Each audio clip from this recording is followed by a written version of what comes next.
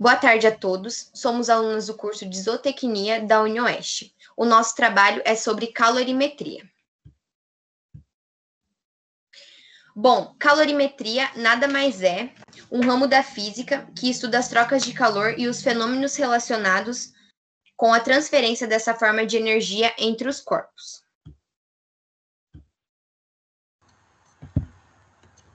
Boa tarde, eu sou a Vitória e eu vou falar sobre as trocas de calor. Quando o corpo absorve ou cede calor, esse calor pode produzir dois efeitos nesse corpo.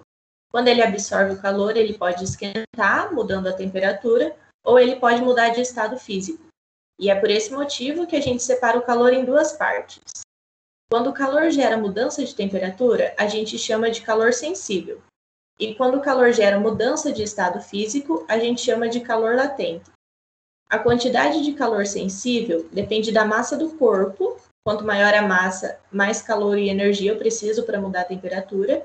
Depende do tanto que você quer mudar a temperatura e depende de uma grandeza chamada calor específico. Esse calor específico mede a quantidade de energia necessária para que cada grama do corpo consiga mudar a temperatura em 1 grau Celsius. Por exemplo, o calor específico da água é de 1 caloria por grama grau Celsius, o que quer dizer que para cada grama de água mudar a sua temperatura em 1 grau Celsius, ela deve absorver ou ceder, dependendo se quer esquentar ou esfriar, 1 caloria. Já a quantidade de calor latente depende da massa e do calor latente. Se você tem mais massa, você precisa de mais energia para mudar de estado físico.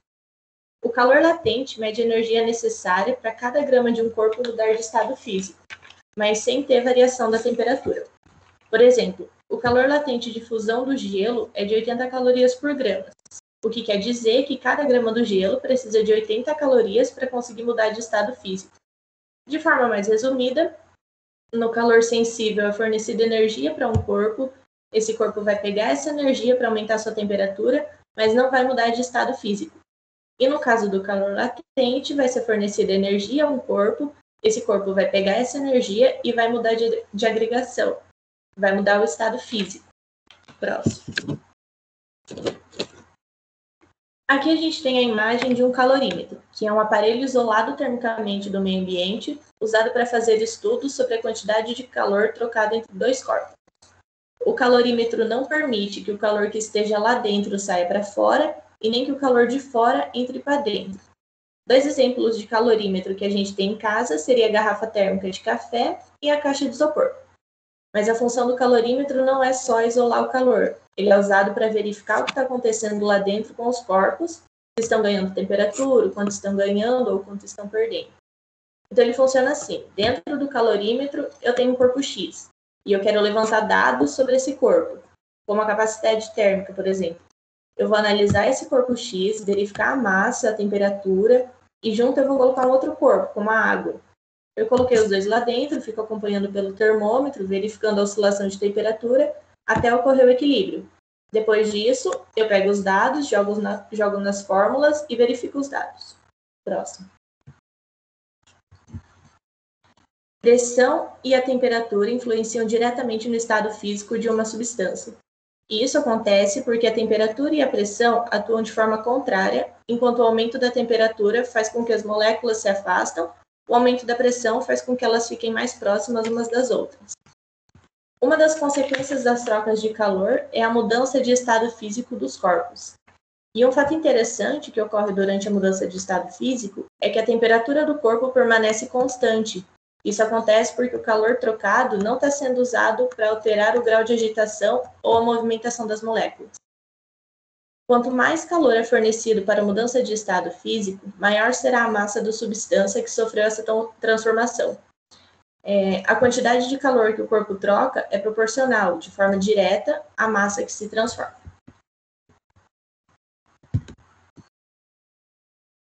Boa tarde, eu sou a Ana e eu vou falar sobre os estados físicos da matéria. Os estados físicos eles estão diretamente ligados também com a proximidade das partículas que compõem cada material, ou seja, a força de coesão e repulsão das partículas. Por exemplo, no estado sólido temos volume constante e forma própria. Por exemplo, o gelo. Estado líquido, temos o volume constante e a forma variável, podendo adquirir a forma do recipiente em que está presente água em uma garrafa. E no estado gasoso, temos o volume e a forma variáveis. Próximo. Isso ocorre porque no estado sólido as partículas estão bem próximas e se movem com muita dificuldade. Já no estado líquido, as partículas não estão tão próximas como nos sólidos, então se movimentam com um pouquinho mais de facilidade. E no estado gasoso, as partículas encontram-se livres e se movem com muita facilidade. Próximo. Também temos um quarto estado físico, o plasma, que é formado a partir de um gás submetido a altíssimas temperaturas, que faz com que os elétrons se desprendam dos átomos e formem uma nuvem de elétrons livres, que é ionizada, por exemplo, quando entra em contato com os átomos do ar, e se torna condutora de eletricidade e calor.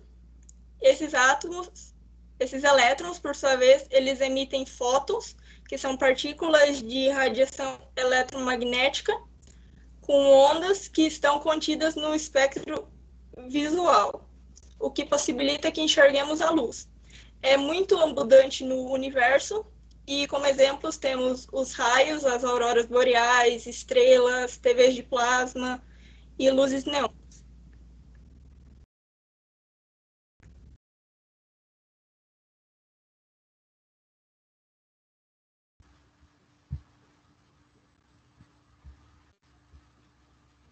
Tá, meu nome é Mayra. Bom dia, meu nome é Mayra.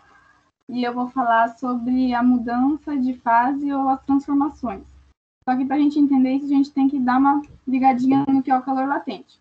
O calor latente é a transformação que um corpo sofre devido à quantidade de calor que ele recebe ou cede. E com isso ele vai mudando o seu estado físico. A fórmula utilizada é L, que é o calor latente, é igual à quantidade de calor dividido pela massa. Quando a gente calcula o calor latente, eles não levam em consideração a temperatura, eles dizem que é a mesma.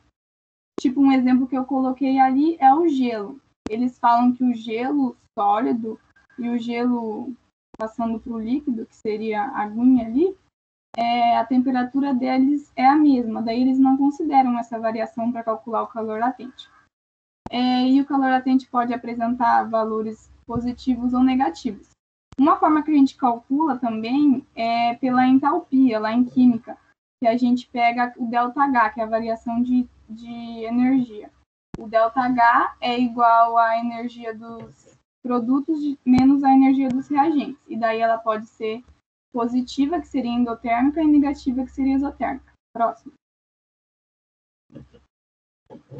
Mudanças de estado físico. A gente tem que entender também o que é endotérmico e exotérmico.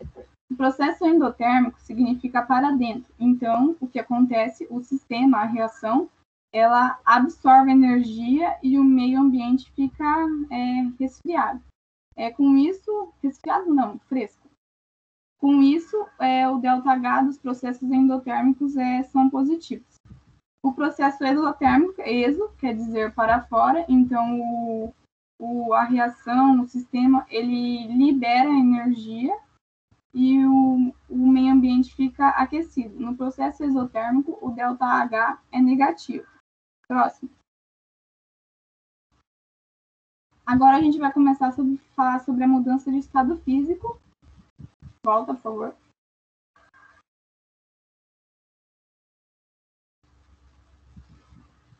A gente vai começar a falar sobre mudança de estado físico. Aqui a gente tem um resumo de todas as fases que passam para mudarem de estado. E aqui ao lado a gente tem um gráfico relacionado com a água, né? Da parte A até a parte B, a parte sólida, o TF é o ponto de fusão, que é onde alcança a temperatura de 0 graus Celsius.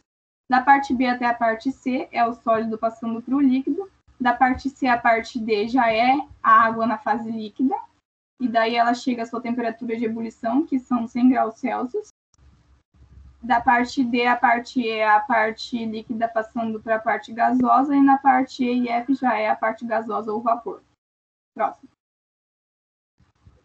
Mudanças de estado físico. Aqui a gente vai começar a falar sobre as fases que ele passa.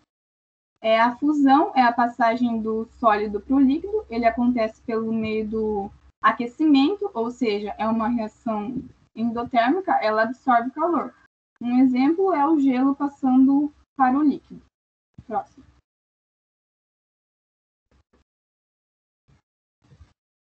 O segundo processo é a vaporização, que é a passagem do estado líquido para o estado gasoso. Também é um processo endotérmico, ou seja, ela absorve energia, e ela pode acontecer de 3 maneiras. Lentamente, que é o processo de evaporação. Eu coloquei um exemplo ali que é as roupas no varal.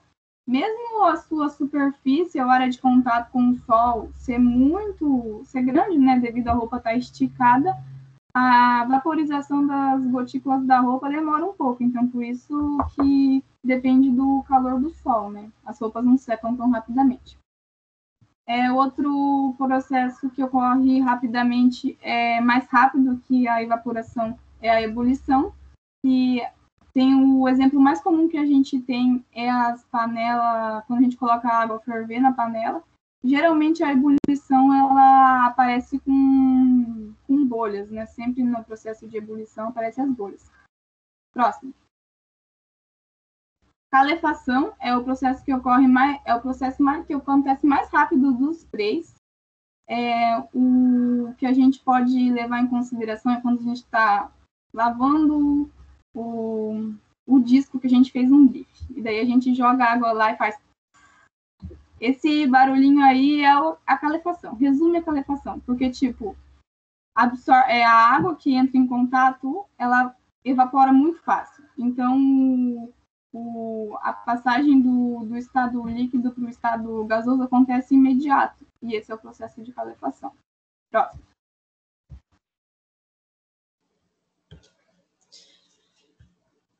Meu nome é Letícia e eu vou dar sequência às mudanças de estado. Bom, a gente também tem a condensação ou a liquefação, que nada mais é o processo inverso da vaporização. Então, essa condensação é o processo que ocorre a passagem do estado gasoso para o estado líquido por meio do arrefecimento. O arrefecimento é a perda de calor ou a queda de temperatura. Para que o vapor sofra condensação, é necessário que ocorra ou uma redução da sua temperatura ou o aumento da pressão a qual será submetido. Quando o vapor perde calor latente, a vibração e a energia interna diminui. Essa redução faz com que a substância perca suas características próprias do estado gasoso e comece a mudar para o líquido. O processo de condensação também pode ocorrer pelo aumento da pressão exercida sobre o vapor. Reduzindo o espaço entre as partículas, a força de coesão aumenta e a substância começa a se condensar. Bom, na foto a gente colocou um exemplo de gotículas de água que se formam na parte externa de um copo que contém algum líquido bem gelado ou até mesmo gelo. Então, o vapor dessa água presente no ar, ela condensa ao entrar em contato com a superfície fria do copo, fazendo com que o copo fique todo molhado. Também a gente tem a liquefação fracionada, que é o processo que consiste na separação de gases de uma mistura homogênea. E esse método consiste no resfriamento ou na compreensão dos gases que compõem a mistura até que estes passam para o estado líquido. Dando sequência às mudanças de estado, também temos a solidificação, que é a passagem do estado líquido para o sólido, também por arrefecimento. Para que ocorra a transformação nesse estado, as matérias devem estar submetidas a uma pressão específica na qual libera calor e ocorre de maneira exotérmica, até atingir uma temperatura exata. No estado sólido, as moléculas ficam mais juntas por conta da vibração dos átomos. À medida que perde calor e alcança um valor determinado de temperatura, dominado pelo ponto de solidificação ou de fusão, o material consegue se solidificar. No processo de mudança de fase, a temperatura de uma substância pura se mantém constante. Bom, esse ponto de solidificação é a temperatura na qual a substância deve alcançar para poder se transformar em sólido. E essa temperatura está associada ao valor da pressão que a matéria está submetida.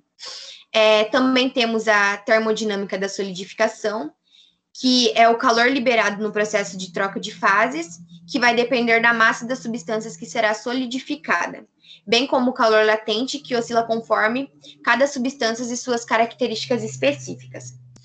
Bom, na fórmula ali, aquele Q, ele significa o calor cedido, o M significa massa e o L o calor latente.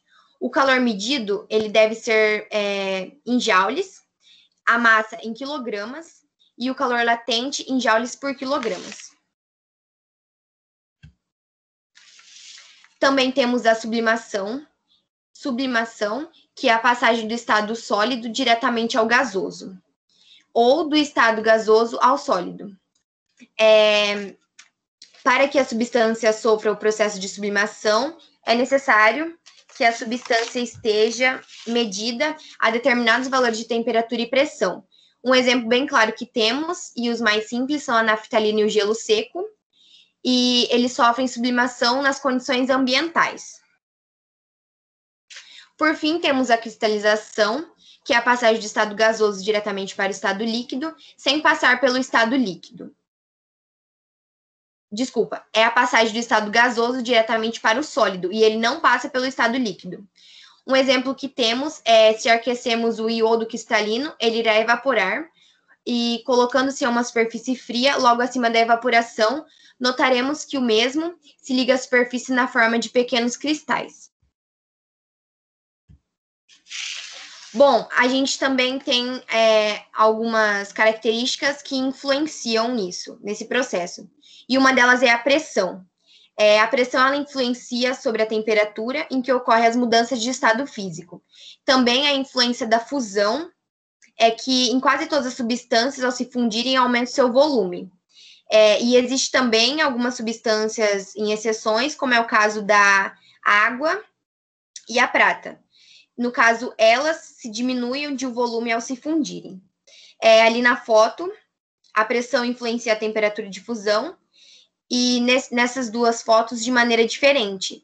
E no caso, a influência da ebulição, ela influencia na pressão sobre a ebulição, e é muito mais simples que sobre a fusão, pois a regra é única. Então, ela ocorre só de uma maneira igual tem ilustrado ali na foto.